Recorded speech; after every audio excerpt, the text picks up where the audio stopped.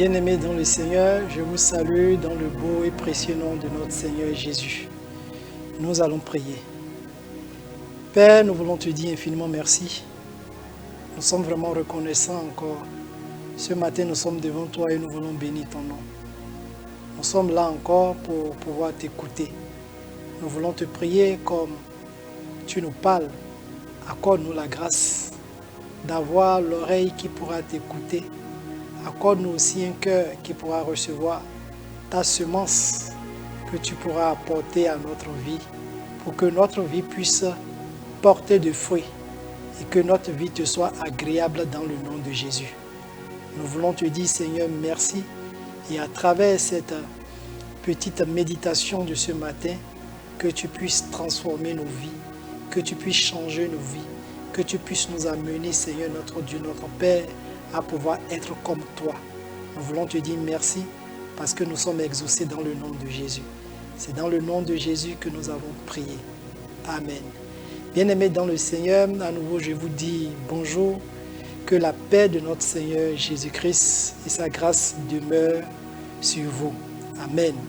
Ce matin, le thème de notre méditation est intitulé « Est une vie de dévotion matinale ».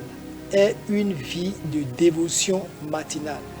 Je me permettrai ici bien-aimé, de te donner un conseil. Est une vie de dévotion matinale. Pourquoi je le dis? Parce que notre Seigneur, durant son ministère, durant sa vie terrestre, a passé toute sa vie à prier. Et a choisi des moments de la journée pour pouvoir méditer, pour pouvoir parler à son Père. Et si nous voulons être des imitateurs de Christ, comme l'apôtre Paul le dit, alors il faudrait aussi que nous puissions mettre nos pas sur ses pas là. C'est pour cela dans le livre de Job, nous allons voir quelques patriarches dans la Bible qui nous ont donné des exemples que nous pouvons valablement suivre pour que nous puissions avoir une vie qui serait semblable à ces patriarches-là, qui ont vécu et qui ont mené une vie qui était était agréable à Dieu.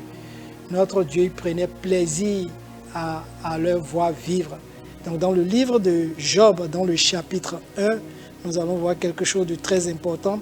Job, dans le chapitre 1, le verset 5 nous dit ceci. Il nous dit: Et quand les jours de festin étaient passés, Job appelait et sanctifiait ses fils. Puis il se levait de bon matin et offrait pour chacun d'eux un holocauste. Car Job disait: peut-être mes fils ont-ils péché et ont-ils offensé Dieu dans leur cœur. C'est ainsi que Job avait coutume d'agir. C'est ainsi que Job avait coutume. Quand on parle de coutume, on parle d'habitude, on parle des faits qui se répètent. Ces faits-là étaient récurrents. Donc c'est ce que Job faisait. Le matin très tôt, il partait devant l'Éternel, il présentait l'holocauste à Dieu pour les péchés de ses enfants. Et à la suite de Job, nous avons vu aussi notre Seigneur Jésus dont le ministère a été une vie de prière. Et durant ces moments de prière, il a choisi un moment de la journée, un moment bien précis de la journée pour aller vers son Père et prier et communier avec lui. Dans le livre de Marc, dans le chapitre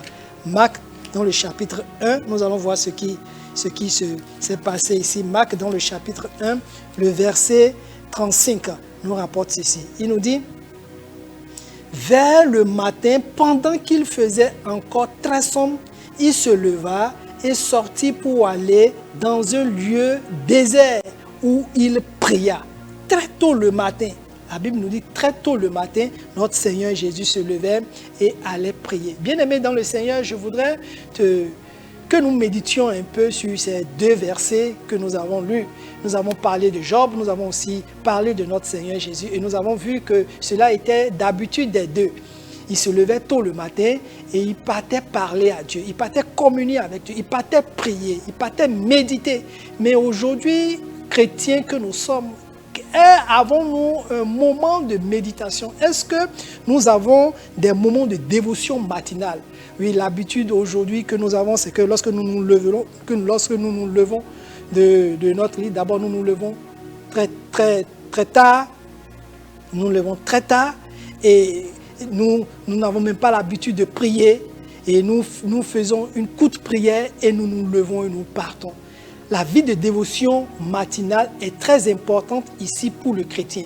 Si un chrétien voudrait grandir spirituellement, voudrait accroître spirituellement, voudrait avoir une intimité avec son Seigneur, il doit avoir à coup sûr un moment de dévotion matinale. Et pourquoi la dévotion matinale est très importante?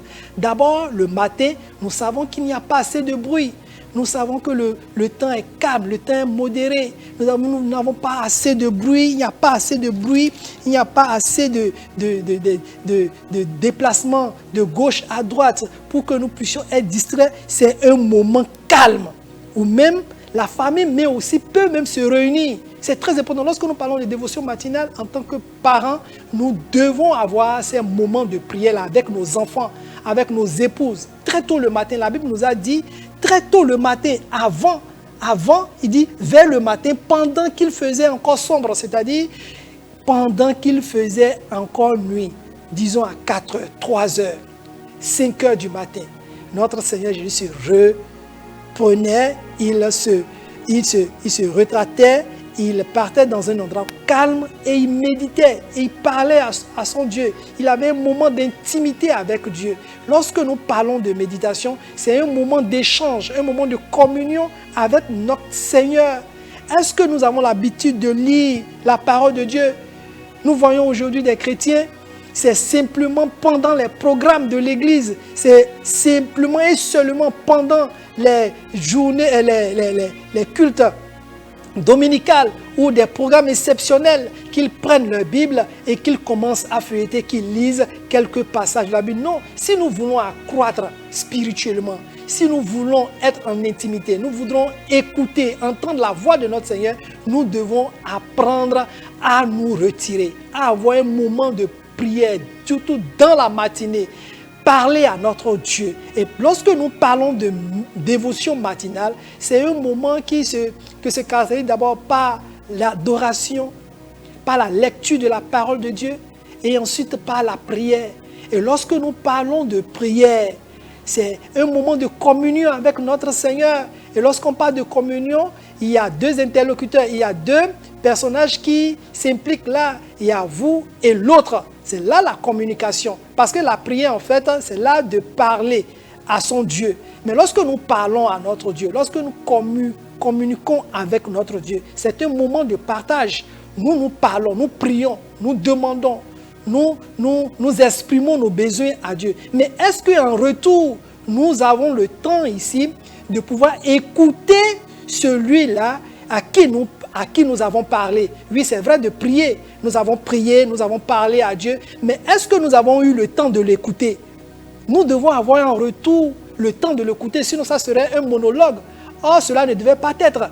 Nous devons apprendre ici à écouter le Seigneur quand il nous parle. Et le moment de prédilection, de pouvoir écouter la parole de Dieu, de pouvoir entendre notre Seigneur parler, de pouvoir entendre notre Seigneur nous révéler les choses, nous indiquer des recommandations, nous révéler des secrets, nous faire découvrir beaucoup de choses. C'est le matin, quand il n'y a pas de bruit, quand il y a le silence, quand le silence s'impose. C'est en ce moment où l'Esprit de Dieu descend dans ce calme-là, dans cette atmosphère où il a la présence de Dieu qui pourra nous communiquer ici aisément les besoins dont il veut nous faire connaître. Donc, en tant qu'enfant de Dieu, nous devons apprendre ici à avoir une vie de dévotion matinale. Nous ne pouvons pas être des chrétiens affermis dans la foi sans pouvoir avoir une vie de dévotion matinale. Parents, aujourd'hui, je voudrais nous donner ce conseil-là.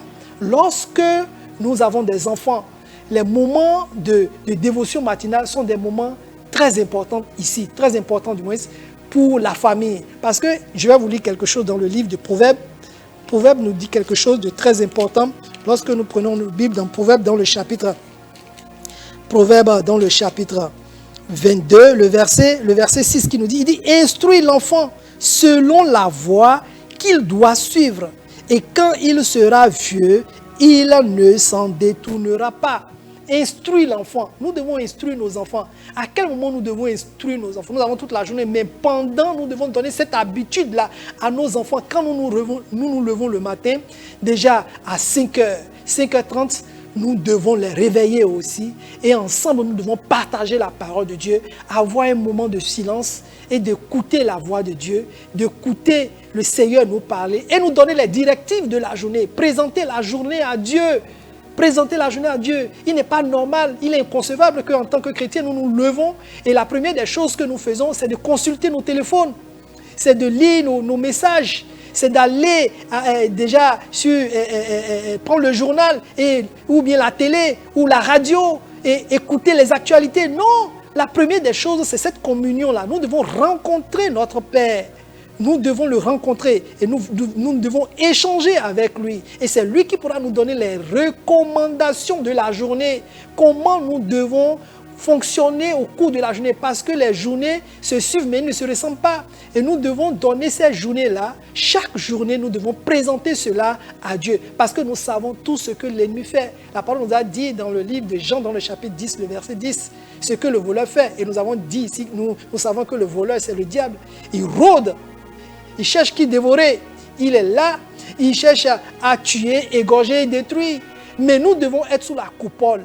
Et cette coupole-là, nous ne pouvons que la voir le matin. Nous pouvons l'accaparer le matin.